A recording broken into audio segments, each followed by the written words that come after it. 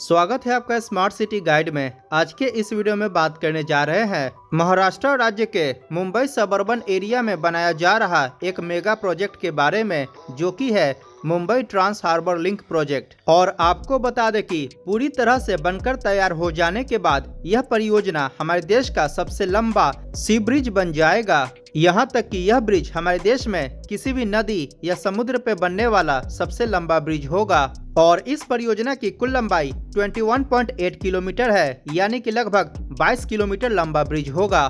और वर्तमान में इस परियोजना पर काफी तेजी से निर्माण कार्य किया जा रहा है। तो इस वीडियो में मुंबई ट्रांस हार्बर लिंक परियोजना के बारे में विस्तार पूर्वक चर्चा करेंगे।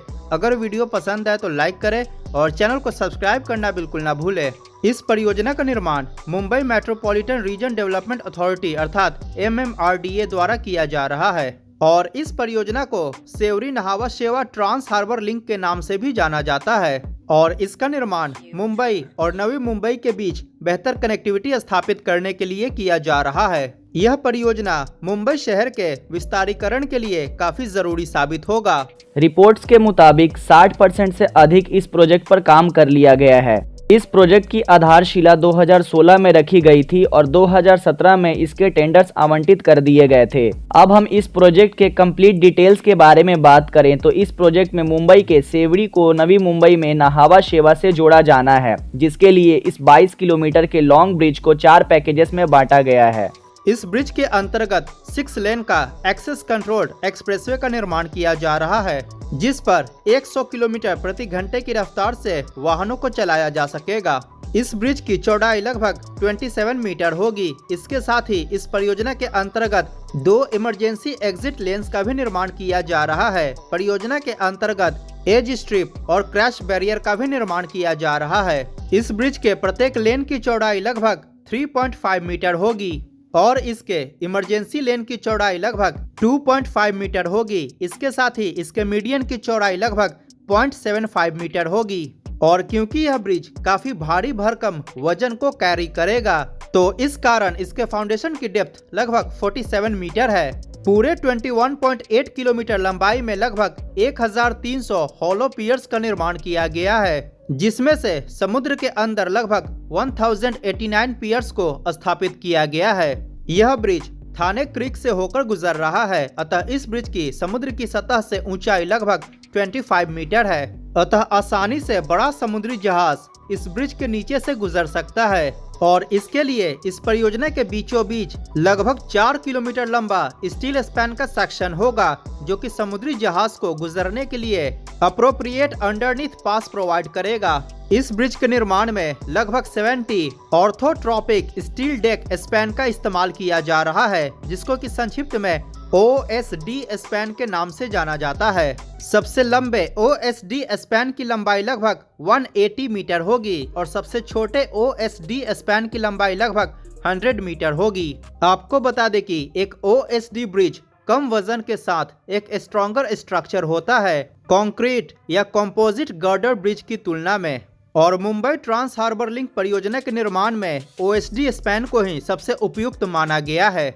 और इस परियोजना के स्पैन में इस्तेमाल होने वाले प्री कास्ट सेगमेंट्स की लंबाई 3.32 मीटर है और इसकी चौड़ाई 14.8 मीटर है। और इसका निर्माण 2 स्थानों पर किया जा रहा है।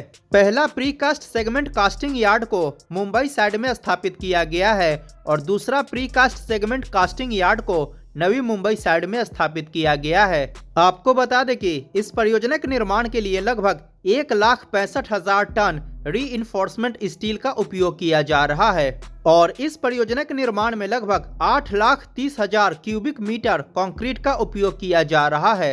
इस ब्रिज के स्पैन्स में कुल मिलाकर लगभग 10,605 प्री कास्ट सेगमेंट्स का इस्तेमाल किया जाएगा। और एक फन फैक्ट इस परियोजना के बारे में आपको बता दे, ताकि आपको इस परियोजना के लार्जर स्केल के बारे में पता चल पाए। और वो यह है कि परियोजना के निर्माण में जितने भी ट्रक्स द्वारा कंक्रीट को लेकर मूवमेंट की गई है, इसका कंबाइंड लेंथ पृथ्वी से चंद्रमा के बीच की दूरी के बराबर है। और परियोजना में जितने भी रीइंफोर्सिंग बार का इस्तेमाल किया गया है, इससे 12 आईफिल टावर का निर्माण किया जा सकता है। इतना ही नहीं, इस परियोजना में इस्तेमाल किए गए स्टील से 3 से अधिक हावड़ा ब्रिजेस का भी निर्माण किया जा सकता है। और जितने भी प्री स्ट्रेस्ड स्टील वायर्स का इस्तेमाल किया गया है यह हमारे अर्थ के सरकमफेरेंस के बराबर है। अतः इन्हीं सभी से आप अंदाजा लगा सकते हैं कि इस परियोजना के निर्माण में कितने लार्ज स्केल पर मटेरियल का यूज किया जा रहा है। परियोजना में इस्तेमाल हो रहे सबसे लार्जेस्ट OSD स्पैन जिसकी लंबाई लगभग 180 मीटर होगी, इसका वजन 2800 मैट्रिक टन है। कंस्ट्रक्शंस के टेंडर्स के बारे में बात करें तो पैकेज 1 और पैकेज 3 लार्सन एंड ट्यूब्रो द्वारा बनाया जाएगा, वहीं पैकेज 2 टाटा द्वारा बनाया जा रहा है। पैकेज 1 लार्सन एंड ट्यूब्रो ने IHI जापान के साथ पार्टनरशिप में निर्णय लिया है, वहीं पैकेज 3 में लार्सन एंड ट्यूब्रो ने अकेले काम करने का निर्णय लिया है। वहीं अब पैकेज 2 के बारे में बात करें तो टाटा प्रोजेक्ट्स ने कोरिया के दाइवू के साथ कंप्लीट करने का निर्णय लिया है। पैकेज 1 के अंतर्गत सेवड़ी में एक मल्टी लेवल इंटरचेंज फैसिलिटी के साथ साथ करीब 10.3 किलोमीटर की 6 लेन मरीन ब्रिज बन रहा है, जो कि सेवड़ी से द मुंबई बे में होगा। पैकेज 1 के अंतर्गत बनने वाले इंटरटाइडल पोर्शन की लंबाई लगभग 2.9 किलोमीटर होगी और मरीन पोर्शन की लंबाई लगभग 6.98 किलोमीटर होगी। इस ब्रिज का पैकेज 1 सेवरी मड फ्लैट्स, पीर पाव जेट्टी और थाने क्रीक से होकर गुजरेगा और पैकेज 1 का लगभग पूरा भाग समुद्र के ऊपर बनाया जा रहा है। आपको बता दें कि इस परियोजना को इस प्रकार से डिजाइन किया जा रहा है कि यह कम से कम 100 साल तक आसानी से टिका रहेगा। पैकेज 2 में करीब 7.8 किलोमीटर मुंबई बे के अक्रॉस एक ब्रिज होगा जिसमें शिवाजी इंटरनेशनल इंटरचेंज भी शामिल है और यह भी ब्रिज सी के अंदर ही होगा। इस परियोजना के पैकेज 2 के अंतर्गत बनाए जाने वाले इंटरटाइडल पोर्शन की लंबाई लगभग 2.34 किलोमीटर होगी और मरीन पोर्शन की लंबाई लगभग 3.89 किलोमीटर होगी और वर्तमान में इनका निर्माण कार्य किया जा रहा है। और आपसे रिक्वेस्ट है कि सोनू भाई को भी सपोर्ट करें और सोनू भाई के इम्प्रूवमेंट के लिए आप कुछ सुझाव देना चाहते हैं तो कमेंट बॉक्स में जरूर बताएं। पैकेज 3 में 3.61 किलोमीटर की वायाडक्ट सेक्शन होगा जिसमें स्टेट हाईवे 54 और नेशनल हाईवे 4B पर इंटरचेंज होंगे। पैकेज 4 में मैनेजमेंट सिस्टम टोल्स को इंस्टॉल किया जाएगा। 17,843 करोड़ की लागत से बन रहे इस ब्रिज को 2023 के अप्रैल मई तक कंप्लीट कर लिया जाएगा। वर्तमान समय में मुंबई से नवी मुंबई के बीच यात्रा के दौरान लगभग 2.5 से 3 घंटे का समय लग जाता है ट्रैफिक कंडीशन के हिसाब से, लेकिन इस ब्रिज के पूरी तरह से बनकर तैयार हो जाने के बाद मुंबई से नवी मुंबई के बीच की दूरी को मात्र 30 मिनट में पूरा किया जा सकेगा। और जैसा कि मैंने आपको बताया कि इस ब्रिज की कुल लंबाई लगभग 22 किलोमीटर है, तो इसमें समुद्र के ऊपर 16.5 किलोमीटर लंबाई का वायाडक्ट बनाया जा रहा है और जमीन के ऊपर 5.5 किलोमीटर लंबाई के वायाडक्ट का निर्माण किया जा रहा है। आपके जानकारी के लिए बता दूं कि Mumbai trans harbour link project के सक्सेसफुली कंप्लीट होने पर नवी मुंबई से नाहावा शेवा, मुंबई गोवा हाईवे, मुंबई पुणे एक्सप्रेसवे और upcoming Navi Mumbai international airport आपस में लिंक हो जाएंगे। मुंबई ट्रांस हार्बर लिंक को नवी मुंबई के लिए बहुत बड़ा इकोनॉमिक गेटवे भी माना जा रहा है। यह प्रोजेक्ट के कंप्लीट होते ही थाने, नासिक, पनवेल और पुणे की कनेक्टिविटी में काफ़ी ज़्यादा सुधार करेगा।